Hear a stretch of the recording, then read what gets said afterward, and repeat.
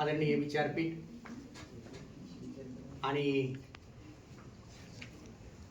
आपल्या सर्वांना माहिती आहे की आज कविश्रेष्ठ कुसुमाग्रज यांचा जन्मदिवस म्हणजे जयंती आहे।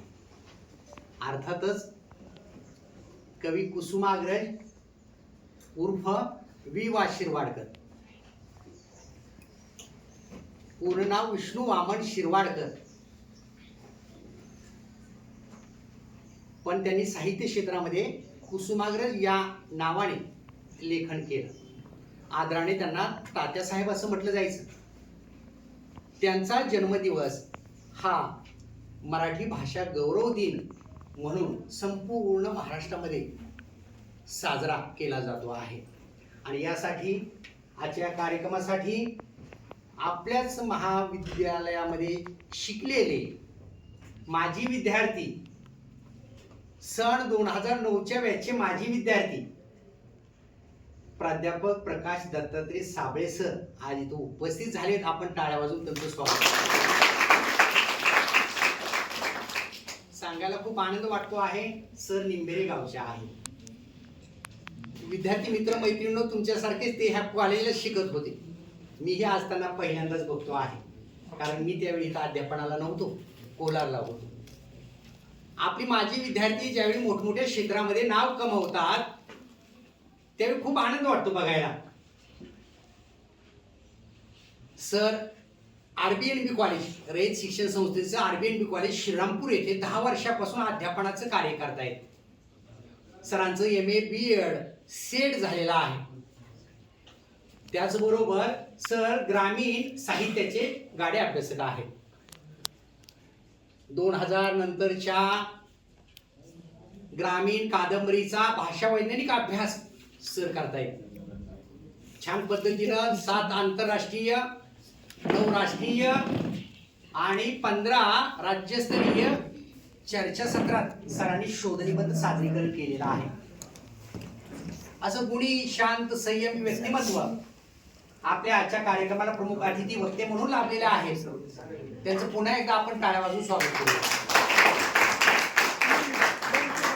मराठी विभागाच्या आंतरभारतीय वाङ्मय मंडळाच्या वतीने साहित्य उत्सव भित्तिपत्रिकेचं अनावरण आताच पाहुण्यांच्या हस्ते झालेलं आहे। त्याचबरोबर वाङ्मय मंडळाच्या वतीनं निबंध लेखन स्पर्धा आणि पुस्तक परीक्षण स्पर्धा यांचं आयोजन करण्यात आलेलं होतं।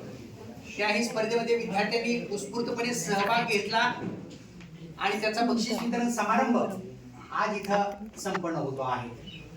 आज आहे 27 फेब्रुवारी, वार आहे शुक्रवार आणि या निमित्तानं मराठी भाषा गौरव दिन आपण मायबोलीचा उत्सव इथं साजरा करतो आहोत। आपण सर्वजण म्हणतो की मातृभाषा ही हृदयाची भाषा असते। Mother tongue is the heart of language. माणसाचा सहज उत्स्फूर्त संवाद हा मातृभाषेतून होत असतो। म्हणून मातृभाषेचे गोडवे संत ज्ञानेश्वरांनीही गायलेले आहेत। नवे नवे वर्तमान कवी लेखक मातृभाषेतून आपली भूमिका ठाम पद्धतीने मांडत आहेत। लाभले आम्हास भाग्य बोलतो मराठी, ते अमृतातही पैजा जिंके। हा जो ऋणानुबंध आहे तो ऋणानुबंध मराठीनं चांगल्या पद्धतीनं भाषेच्या माध्यमातून, संस्कृती जपण्याच्या माध्यमातून टिकवलेला आपल्याला दिसून येतो आहे। आपल्याला माहिती आहे की मराठी ही अभिजात भाषा झालेली आहे। म्हणजे मराठी भाषेला 2000 वर्षापूर्वीचा इतिहास आहे। मराठी ही स्वतंत्र भाषा आहे। भारतामध्ये आतापर्यंत 11 भाषेला अभिजात भाषेचा दर्जा मिळालेला आहे, जिचा शब्द संग्रह मोठ्या स्वरूपामध्ये आहे। ती फक्त अक्षरामध्येच बंदिस्त नव्हे, शिलालेखामध्ये, ताम्रपटामध्ये बंदिस्त नव्हे, पोथ्यामध्ये बंदिस्त नव्हे, तर ती लोकभाषा झालेली आहे। आणि हा भाषेचा जो प्राचीन इतिहास आहे, भाषेचं गौरव आहे, संवर्धन आहे, ते संवर्धन या निमित्तानं आपल्याला इथं होतं आहे।